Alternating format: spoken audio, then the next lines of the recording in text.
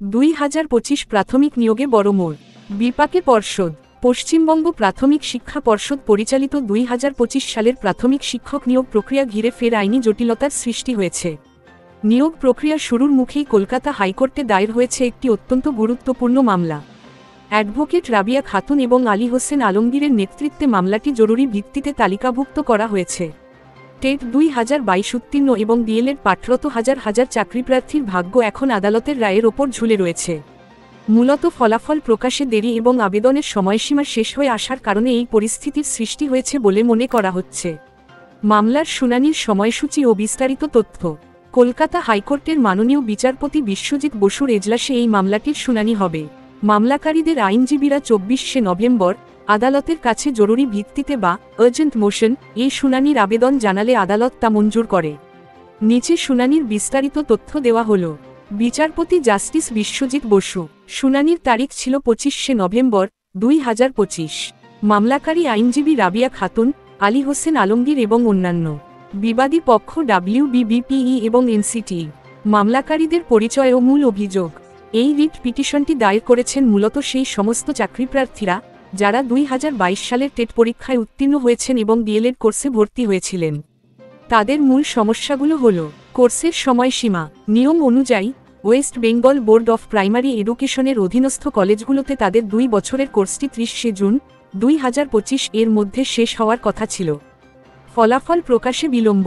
পরীক্ষার্থীরা ইতিমধ্যেই তাদের ফাইনাল পরীক্ষায় অংশগ্রহণ করেছেন, কিন্তু পর্ষদ এখনও পর্যন্ত তাদের চূড়ান্ত ফলাফল বা মার্কশিট এবং সার্টিফিকেট প্রদান করেনি। পর্ষদ 2025 এর নিয়োগের জন্য যে বিজ্ঞপ্তি প্রকাশ করেছে তাতে আবেদনের শেষ তারিখ আগামী 9ই ডিসেম্বর ধার্য করা হয়েছে। হাতে সার্টিফিকেট বা রেজাল্ট না থাকায় এই প্রার্থীরা নিয়োগ প্রক্রিয়ায় অংশ নিতে পারছেন না। আদালতে জমা দেওয়া পিটিশনে মামলাকারীরা বেশ কয়েকটি জোরালো আইনি যুক্তি তুলে ধরেছেন। তাদের দাবি, পর্ষদের গাফিলতির কারণেই তাদের এই দুরবস্থা। মামলাকারীদের আইনজীবীদের মতে, ফলাফল প্রকাশে অযৌক্তিক দেরি পরীক্ষার্থীদের কর্মসংস্থানের সুযোগ থেকে বঞ্চিত করছে, যা তাদের মৌলিক অধিকারের লঙ্ঘন। এর আগে 2020-22 শিক্ষাবর্ষের ডিএলএড ব্যাচও একই সমস্যার সম্মুখীন হয়েছিল। সেই সময় সুপ্রিম কোর্টের নির্দেশে দীর্ঘ আইনি লড়াইয়ের পর তারা নিয়োগ প্রক্রিয়ায় বসার সুযোগ পেয়েছিলেন। বর্তমান মামলাকারীরাও সেই একই যুক্তিতে আদালতের কাছে সুবিচার প্রার্থনা করেছেন। মামলায় ন্যাশনাল কাউন্সিল ফর টিচার এডুকেশনকে একটি পার্টি করা হয়েছে। নির্ধারিত সময়ের মধ্যে কেন কোর্স শেষ হলো না বা ফলাফল বের হলো না, সেই বিষয়ে তাদের জবাবদিহি চাওয়া হতে পারে। আজ বিচারপতি বিশ্বজিৎ বসুর এজলাসে এই মামলার রায় বা অন্তর্বর্তী নির্দেশের ওপর নির্ভর করছে বহু চাকরিপ্রার্থীর ভবিষ্যৎ। পর্ষদ যদি ফলাফল প্রকাশে তৎপর না হয়, তবে আদালত হয়তো পরীক্ষার্থীদের প্রফেশনাল বা প্রভিশনাল সুযোগ দেওয়ার নির্দেশ দিতে পারে। পরবর্তী খবর। পশ্চিমবঙ্গ প্রাথমিক শিক্ষা পর্ষদ এবং টেট 2014 প্রশ্নভুল মামলা বা ম্যাট 1594 নিয়ে সুপ্রিম কোর্টে আজ এক অত্যন্ত গুরুত্বপূর্ণ শুনানি অনুষ্ঠিত হল। দীর্ঘ প্রতীক্ষার পর আজ ভারতের সর্বোচ্চ ন্যায়ালয়ের 6 নম্বর কোর্টে 38 নম্বর সিরিয়ালে এই মামলাটি ওঠে।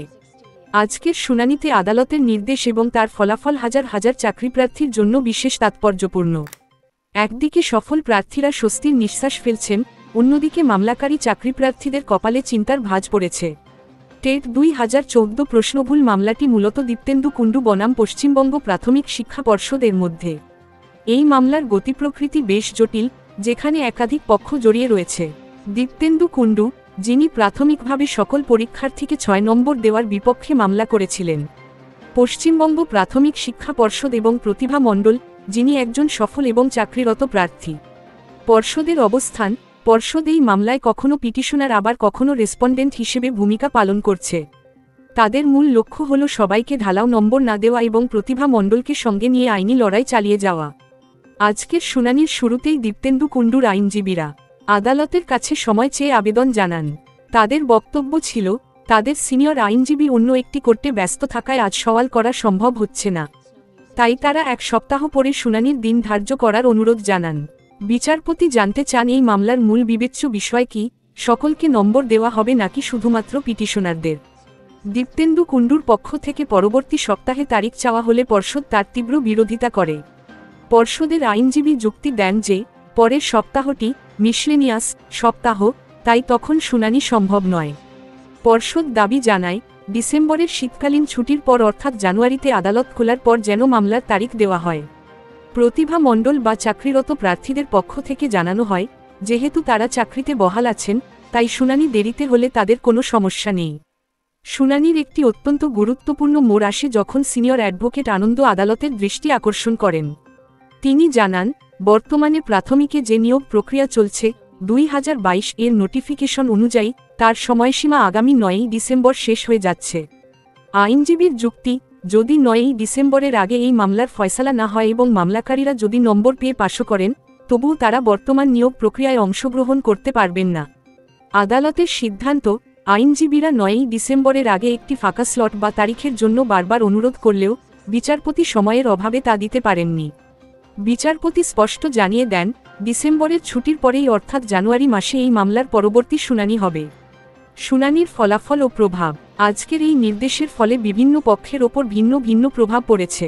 মামলাকারীদের জন্য দুঃসংবাদ, যারা আশা করেছিলেন যে প্রশ্নভুল মামলার রায় নম্বর বেড়ে তারা পাস করবেন এবং 9ই ডিসেম্বরের আগে চলতি নিয়োগ প্রক্রিয়ায় অংশ নিতে পারবেন, তাদের জন্য এটি বড় ধাক্কা। 9ই ডিসেম্বরের সময়সীমা পেরিয়ে যাওয়ায় তাদের বর্তমান নিয়োগে অংশগ্রহণের সুযোগ কার্যত শেষ হয়ে গেল। পর্ষদ ও সফল প্রার্থীদের স্বস্তি। পশ্চিমবঙ্গ প্রাথমিক শিক্ষা পর্ষদ এবং বর্তমানে চাকরিরত প্রার্থীদের জন্য এটি স্বস্তির খবর। মামলা পিছিয়ে যাওয়ায় চলমান নিয়োগ প্রক্রিয়ায় আইনি বাধা আপাতত থাকল না।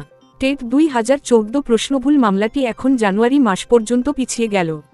সঠিক তারিখ আদালত পরে জানাবে, তবে বর্তমান নিয়োগ প্রক্রিয়ায় অংশগ্রহণের আশায় থাকা প্রার্থীদের স্বপ্ন আজ বড় বাধার সম্মুখীন হল। বন্ধুরা, আজকের এই আপডেট বিষয়ে আপনাদের কোনো বক্তব্য থাকলে অবশ্যই নিচে কমেন্ট করে জানান। আমরা আপনাদের সমস্ত প্রশ্নের উত্তর দেব এবং সমস্ত সমস্যার সমাধান করার আপ্রাণ চেষ্টা করব। ভিডিওটি ভালো লাগলে প্লিজ লাইক শেয়ার করে দেবেন। আর এই ধরনের আপডেট মিস না করতে চাইলে অবশ্যই আমাদের টেক গ্লোবাল ইউটিউব চ্যানেলকে সাবস্ক্রাইব করে পাশের বেল আইকনটি বাজিয়ে দিন। পরবর্তী ভিডিও আপনাদের স্ক্রিনে দেওয়া হলো। ধন্যবাদ।